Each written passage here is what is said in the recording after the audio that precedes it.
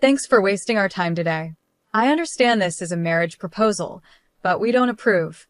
Please give up and go home now. That's what his mom said to me when we went to his family's house to announce our engagement. She gave me a cold glare and spoke down to me like I didn't belong.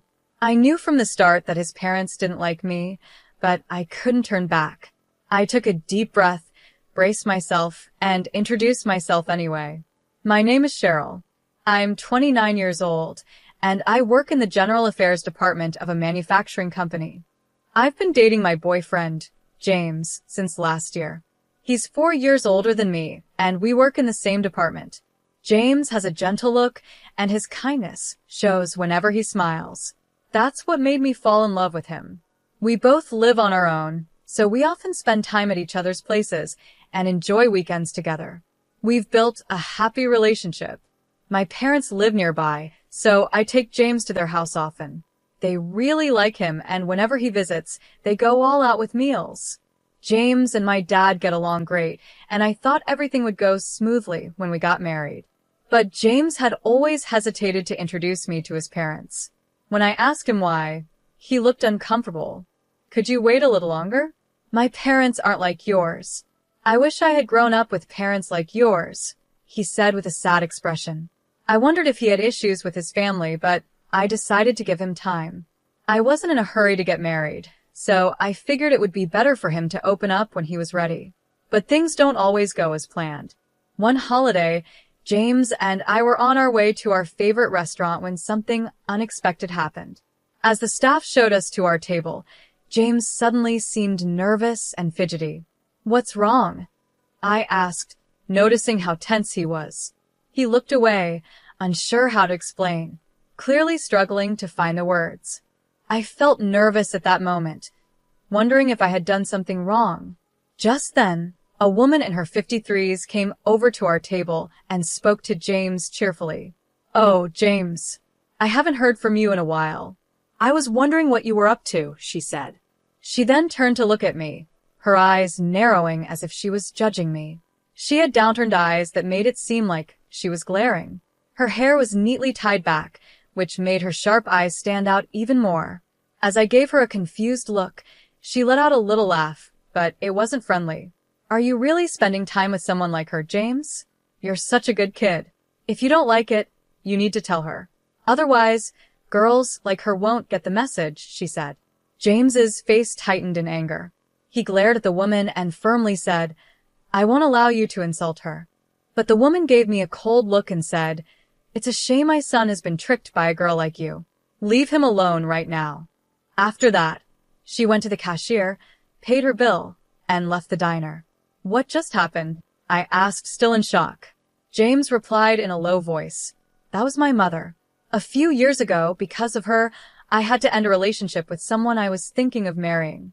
She didn't want to marry me because of my mom's behavior. I began to understand why she had acted that way. James continued, If you choose to stay with me, there will be a lot of challenges. Maybe we should break up now. Don't worry, I'll keep things professional at work, and I'll make sure it doesn't cause you any trouble. He looked really upset, and it pained me to see him like that. But I calmly said, I still want to be with you, James. Do you really want to end things with me? James seemed surprised by my words. You know what my mother is like. If you marry me, she will be a burden to you. I don't mind. I think that's part of marriage, and we don't have to live with her, right? If it becomes an issue, I'll ask for a transfer at work, and we can move far away, I said. James stared at me, deeply considering my words, and I gave him a reassuring smile. Then I feel better about it. Is it strange if I propose to you right now? He asked. A wave of warmth rushed through me, and I could feel my face turning red. Are you serious? I asked, feeling a bit embarrassed. Yes, of course. I want to spend my life with you, I said, my cheeks growing hotter. I feel a bit like you've beat me to it, but I'm really happy. I want to be with you forever, James said with a smile, and I finally felt relieved. After that, we decided to tell my parents about our engagement.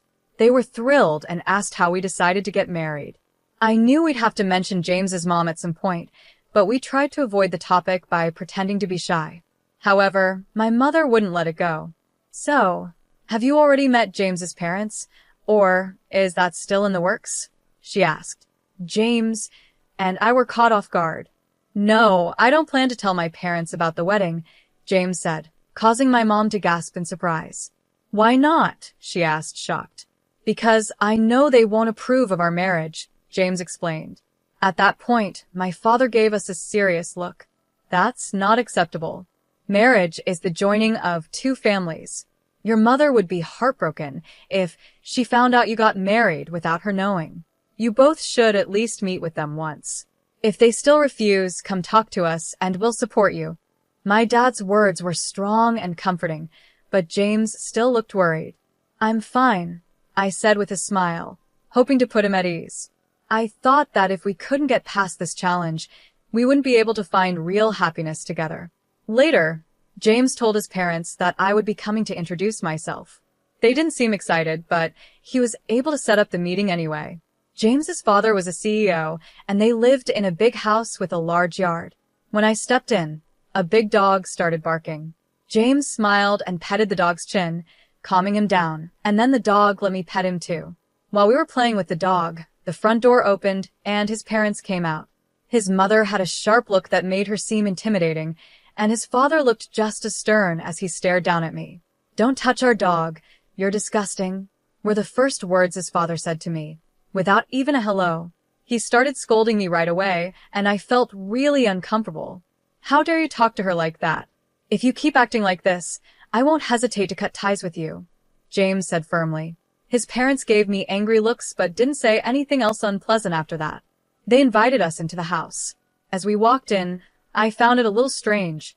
Looking at James's face, you'd think he's a kind person because of his gentle eyes, but he didn't look anything like his father. His mother had upturned eyes, but he didn't take after her either. Sometimes traits skip a generation, or kids don't look like their parents at all, so I decided not to think too much about it. Once inside, as I was looking around, a middle-aged man in a suit appeared. Mr. Eric. Welcome home, young master, he said, bowing to greet James. He had a kind smile that was contagious, and I couldn't help but smile back. It's been a while, Mr. Eric, James said. You've grown up so much, young master, Mr. Eric replied, smiling warmly at James. It was the first time I saw James truly smile since we arrived. Then James introduced me to him. This is Mr. Eric, my father's right-hand man. Honestly, he's more like a father to me than my real dad. My father never paid much attention to me, so Mr. Eric was the one who took care of me. You're the boss's son. I was just doing my job, Mr. Eric said modestly. But you've always had a soft spot for me, haven't you? James added with a smile. I like you more than my father. James joked with a chuckle, his laugh making me smile for the first time in what felt like forever. As we were talking, his mother suddenly stormed in from the back of the house. Cheryl, what do you think you're doing? Get over here now, she yelled angrily. She shot a harsh look at Mr. Eric. What are you doing here, slacking off? How many times have I told you to stay away from Cheryl? I'll make sure my husband knows about this. Now, get back to work. Mr. Eric nodded and replied, I understand. I'll do as you say. He then left the room. I couldn't help but wonder if being the CEO's secretary meant you had to deal with orders from the wife at home, too. James glared at his mother and spoke up. Why do you always treat Mr. Eric so poorly? How can you be so rude to someone who's worked so hard for Dad? Quiet. You should just listen to your parents. I'll handle that man. Now, both of you, come over here. We followed her to the living room, where James and I sat on the sofa across from his parents. His mother was the first to speak. Thanks for wasting our time today. I understand you're here to get our blessing, but we don't approve of this marriage. Just give up and go home, she said coldly. I was ready for the rude comments, so they didn't bother me as much as they could have. I calmly responded, No, thank you for making time to meet with us. James and I love each other, and it's natural for two people in love to get married, don't you think, father, mother? I smiled politely, but my mother-in-law let out an exaggerated sigh. You really don't understand marriage, do you? She said with a mocking tone. Since our last meeting, I've looked into you. You're a very average woman graduated from an ordinary school, working at a small company. Despite having no real skills, you've managed to trap my James, haven't you? Do you really think someone like you is a good match for our family? In marriage, what matters is a good match. Mom, James interrupted. Cheryl and I work at the same company, doing the same job. If you think she's not good enough, then neither am I. We are a perfect match. You're different, James, his mother snapped back. There must be a reason you chose that company, but this woman didn't have any other choice. And, she added with a smirk, turning her sharp gaze toward me, it seems like you come from a poor family. After our money, are you? My blood boiled at my mother-in-law's comments. I had promised myself I wouldn't let anything she said get to me, but when she insulted my parents, I couldn't hold back. I snapped, don't assume we're poor. Oh, what's wrong with telling the truth? She sneered. You live in an old, rundown house that's over 53 years old and drive a car from a decade ago. Did I strike a nerve? I'm just saying what's obvious. This is why I can't stand poor people. My family home was built by my great-grandfather, a carpenter. It's special to us. And as for the car, we like it and take good care of it. That doesn't make us poor. You did your research, right? So, you must know what my parents do for a living. I responded, trying to stay calm. Yes, I know. Your father is a university professor, and your mother is a high school teacher. They have respectable jobs, but there's still a big difference between our families, she replied. James is going to take over his father's business one day. Don't think for a second that the daughter of mere educators is good enough to marry my son. She laughed loudly, clearly enjoying herself. Just then, James stood up. His face, normally gentle, had turned into something I had never seen before, cold and furious. This is pointless. I'm cutting ties with you. I can't forgive you for insulting someone I care about. Cheryl, let's go. There's no reason to stay here anymore, he said, grabbing my hand as we left the house. I'm sorry, he said quietly as we walked away. I'll explain everything to your parents. Please don't say you won't marry me. I nodded, unable to speak. We went straight to my parents' house and told them what had happened. James had anticipated something like this might happen, so he had brought a voice recorder. Everything his mother said was recorded. After listening, my parents thought for a moment and then spoke. Yes, the way his mother talked was awful, but you two are giving up too easily. We'll help you come up with a plan. So keep preparing for the wedding, my father said. If you've both decided to marry, you don't need their approval. But it would still be better if you could get James's parents' blessing, my mother added calmly. Hearing their words gave us hope, and we nodded in agreement. We decided to leave the situation with James's parents to my family and focus on planning our future together. 2 months later, my parents called us and James and I visited my family home. When we arrived, we saw James's parents and Mr. Eric sitting around a small table. As we joined them, the room felt a bit crowded. I thought James's parents might make rude comments again, but they stayed quiet. My father was the one who filled us in on what had been discussed while we were away. James's parents looked into our family, so we decided to do some investigating as well. My father began. His parents married 32 years ago after his mother became pregnant. At that time, his father had just started his company. Mr. Eric, who was an ordinary employee back then, supported his father with dedication. As my father continued, James interrupted. That's all well known in our family. Mr. Eric started as a regular employee but was promoted to my father's personal assistant because of his hard work. My mother mostly raised me on her own while my father struggled to manage the company. It seems Mr. Eric supported not just my dad but my mom, too. My father nodded, acknowledging James's words. Then he said, Mr. Eric did indeed support your family with great dedication. Now, let me shift the conversation a bit. I'm a genetic researcher at the university. Genetically, children inherit half of their DNA from each parent. Even if a child looks very different from their parents, they still receive half of their genes from each one. James gave my father a puzzled look, and I was also confused about where he was going with this. My usually calm father had a serious expression as he addressed James's parents. Please listen carefully. I hired a detective to conduct a background check on your family. Your father works hard, and Mr. Eric has always been there to help. Your mother is fully devoted to housework. It's quite admirable. But when I looked at your family photos, something didn't add up. Neither of your parents have a widow's peak, but you, James, do. This trait is dominant, meaning a child with a widow's peak can only inherit it from a parent who also has one. And don't you think James looks quite a bit like Mr. Eric? Especially with the drooping eyes and widow's peak? That's why I called your parents here today to discuss this. As my father finished explaining, James looked at his parents and Mr. Eric in shock, unsure of what to say. I am a French teacher, just like my mother, and I'm good at French. I never noticed anything different about their foreheads, and even if I did, I'm no expert in genetics. After a long silence, James's father finally spoke. 40 years ago, I was so focused on my work that I neglected my family completely. Then my wife told me she was pregnant. What she didn't know was that I had been hiding my infertility from her. When I found out about her affair, I was furious, and she was just as angry at me for keeping my infertility a secret.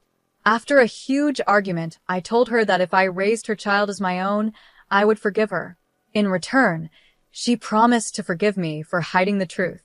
I made Mr. Eric my personal assistant to keep him close, hoping to stop any further affair between them. After spilling everything, James's father sat there, looking empty, as if all the life had drained from him. Meanwhile, James's mother started to cry. I loved Mr. Eric. I wanted to raise James with him, she sobbed. James is a precious child I had with the man I truly loved. I can't let him marry someone I don't even know. I absolutely won't allow this marriage. As she wiped her tears and glared at me, James gave her a cold, disgusted look. I've always known, Dad, that you never truly loved me, and I've felt Mom's strange obsession with me for years. I even wish sometimes that Mr. Eric was my real father. But now, hearing all of this, you three are disgusting. Mom, I don't want to see you as my parents anymore. Even if Mr. Eric is my biological father, I won't acknowledge him either. I won't forgive any of you. I'm cutting ties with all of you and marrying into Cheryl's family, James said firmly. At his words, his mother jumped up, clinging to him, crying. No, James, you can't. You're mine. I won't let you go, especially not to some common girl. We can live together. I'll allow your marriage, but don't say you're leaving us. As she grabbed onto James's arm, I swatted her hand away. Ma'am, please stop. James is clearly uncomfortable.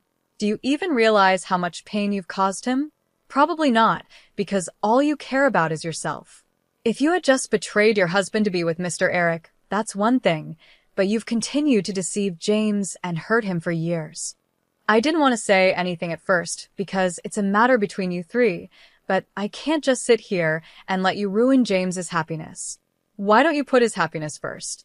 If you don't like me, that's fine, but if you're only trying to control him, you're failing as a mother.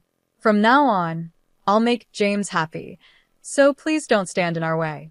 After I said that, his mother started crying again, calling me cruel, but Mr. Eric was there to comfort her. We decided to talk about the future later.